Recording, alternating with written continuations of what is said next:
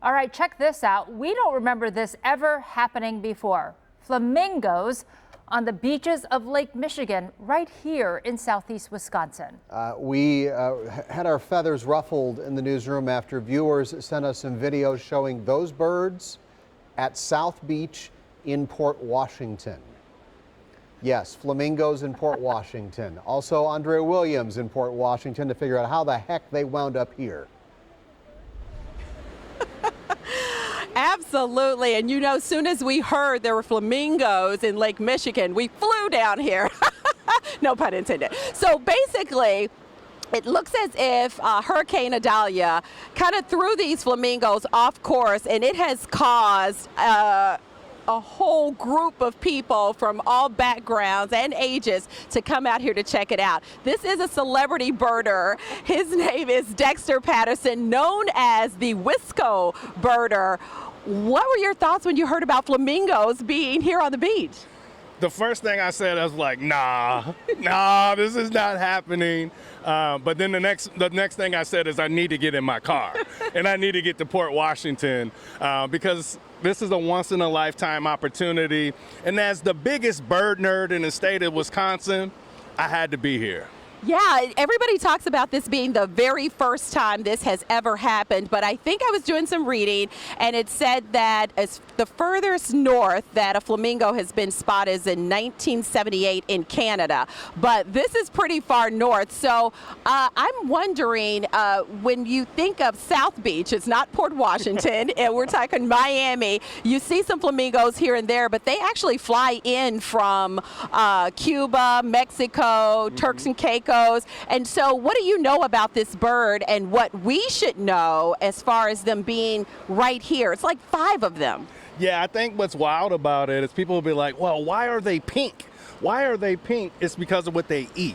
They eat crustaceans and shrimp and all that. And then it was like, well, why are the other 2 not pink yet? Because they're juveniles, right? So they haven't had all that shrimp in their system yet, so they're not pink yet. So it's just wild to see a bird like that here in Wisconsin.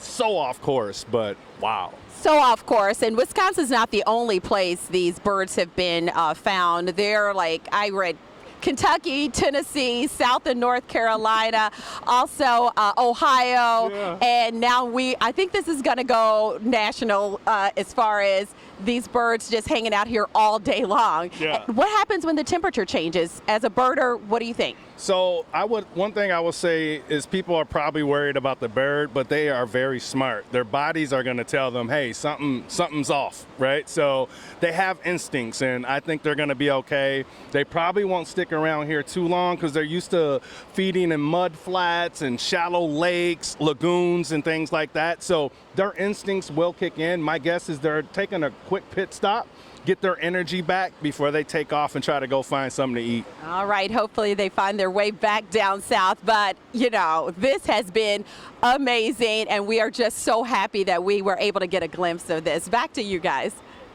Wow, Andrea, I don't ever remember seeing flamingos. We all had to do a double take. What? Flamingos in Port Washington? Out the show. What is going on? That's basically what we did at 1 o'clock when this video came into the newsroom.